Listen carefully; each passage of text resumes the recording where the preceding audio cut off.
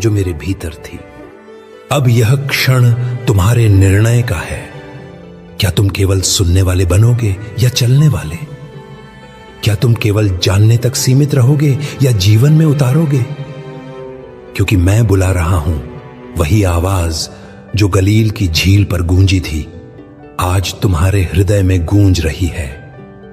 मेरे पीछे चलो। यदि तुम थके हो, आओ, मैं तुम्हें विश्राम दूंगा।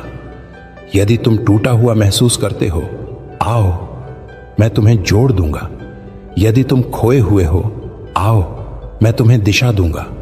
यदि तुम डरते हो, आओ, मैं तुम्हें साहस दूंगा, क्योंकि मेरा हृदय कोमल है और मेरा जुआ सहज। और जब तुम इस बुलावे का उत्तर हां में देते हो तो स्वर्ग में आनंद होता है, क्योंकि एक आत्मा जो लौट आती है वह पिता के हृदय में उत्सव का कारण बनती है। अब तुम्हें वही करना है जो मेरे पहले शिष्यों ने किया था, अपने जाल छोड़ना। उनके लिए जाल मछली पकड़ने का साधन था, तुम्हारे लिए वह कुछ और हो सकता है।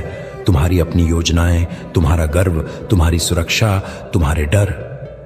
पर जब तुम वह सब छोड़ते हो और कहते हो, प्रभु, जहां तू जाएगा मैं वहां जाऊंगा, तब तुम मेरे शिष्य कहलाते हो।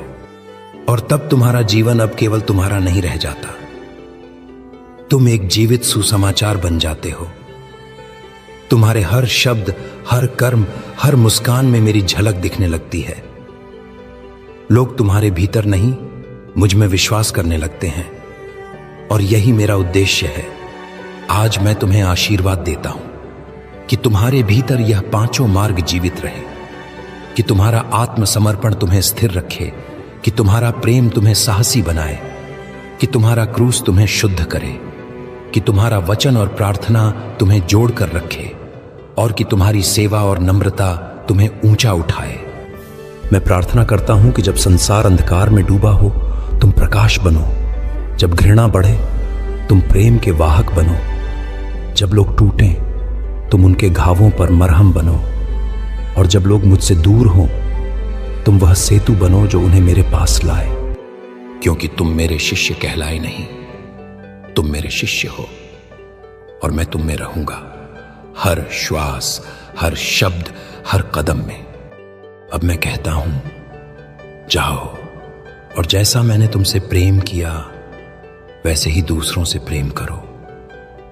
और जब तुम यह करोगे, तब दुनिया जानेगी कि तुम मेरे शिष्य हो।